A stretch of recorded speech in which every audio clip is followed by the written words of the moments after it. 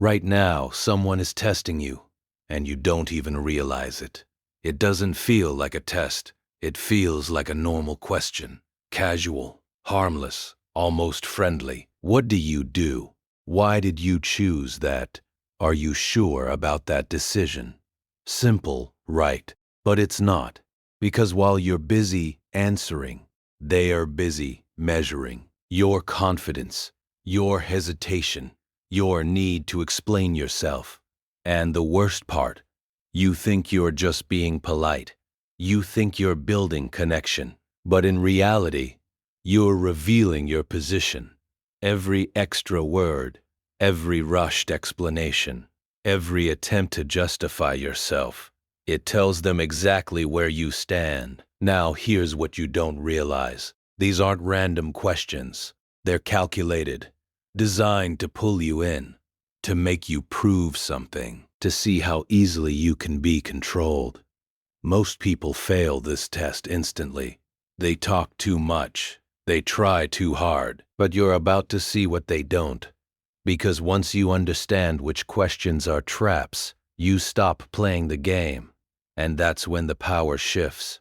And this is where most people fail. You think the moment passed. You think it was just a question. But it wasn't. It was an evaluation. And you already answered it without realizing. Now here's what you don't see. Every conversation you step into, you assume it's equal. Two people talking, sharing, connecting. But in reality, one person is observing and the other is exposing. And most of the time, you're the one exposing. Because you rush. You hear a question, and you feel this pressure to respond instantly. To be clear, to be understood, to be liked. So you explain, you add details no one asked for. You justify decisions that needed no defense. You fill silence like it's dangerous. But that's exactly where you lose. Because the more you explain, the more you signal uncertainty. The more you try to prove, the more you lower your position. And the person in front of you, they're not interrupting you. They're not stopping you. They're watching, measuring how far you'll go just to feel accepted. Picture this. Someone asks you, why did you choose this path? Simple question. But instead of answering directly, you start building a case. You explain your past, your reasons, your struggles. You try to make it make sense. And in that moment, you've already given away control. Because powerful people don't rush to explain. They don't feel the need to justify every move. They understand something you don't. Yet, silence is not weakness, it's control. Most people talk to be approved, but you're about to learn how to respond without needing validation. Because once you see conversations for what they really are, you stop performing. And that's when people start watching you differently. But this is just the surface, because the real shift happens when you realize something deeper. But it gets worse, because everything you've seen so far is only the surface. The real shift happens when you realize something uncomfortable. It was never about the question, not the words, not the topic, not even your answer. It was always about you. How fast you react, how much you reveal, how easily you can be pulled in. Now here's what you don't realize. Manipulators don't ask to understand you. They ask to read you. They throw out simple lines just to watch what breaks your composure. And most people miss it. They focus on giving the right answer, trying to sound smart, trying to be liked. But you're not being judged on your answer. You are being judged on your behavior. Picture this. Someone asks you, why are you so quiet? Sounds innocent, but instantly you feel it. A slight pressure, a need to explain yourself. So you respond, no, I'm just tired, or I'm just thinking about something. And just like that, you've taken the bait. Because the question wasn't curiosity, it was a probe. a way to see if you're comfortable in your own silence or if you need to justify your presence. Most people fail right there. They explain, they soften, they adjust themselves to fit expectations. But you're starting to see it differently. You're starting to notice patterns, the bait questions, the subtle digs, the disguised tests, questions that sound casual but carry pressure underneath. And once you see it, you can't unsee it. You begin to pause, to observe, to choose your response, instead of reacting automatically. That's the moment power starts returning to you. Because control isn't about dominating the conversation. It's about not being controlled by it. And the people who once read you easily start getting nothing. No reactions, no over-explanations, no access. But this is where it gets dangerous, because once you stop reacting, they escalate. And the next questions, they're designed to force something out of you. And this is where they tighten the grip. Because once you stop reacting, they don't stop questioning. They change strategy. They go for something deeper, questions that sound reasonable, but carry a hidden demand.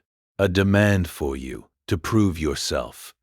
Now here's what you don't realize. The moment you start explaining your choices, you've already stepped into their frame. You're no longer equal.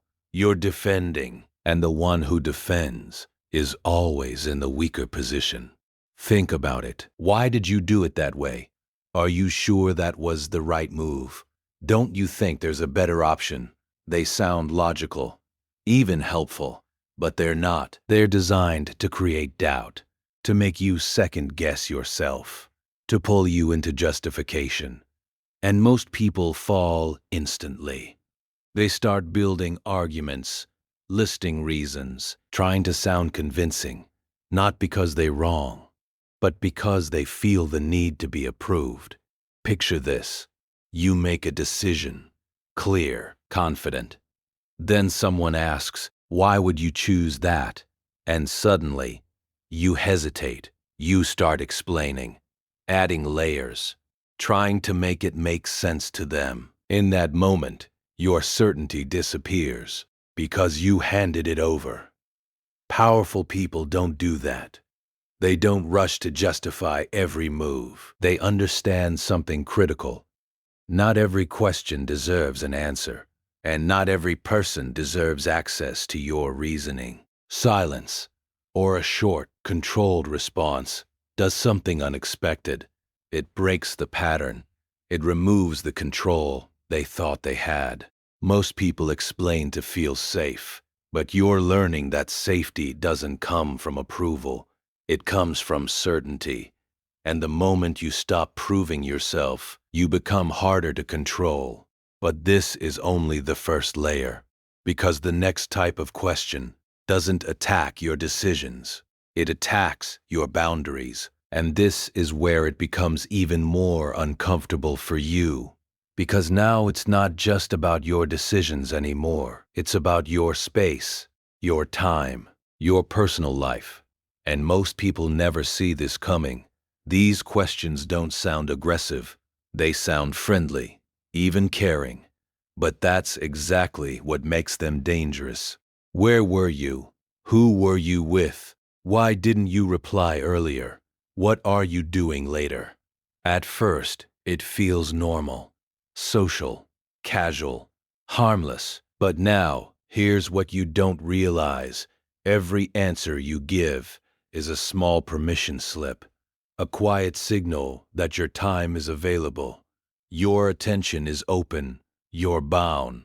Diaries are flexible, and slowly, without noticing, you start living on request.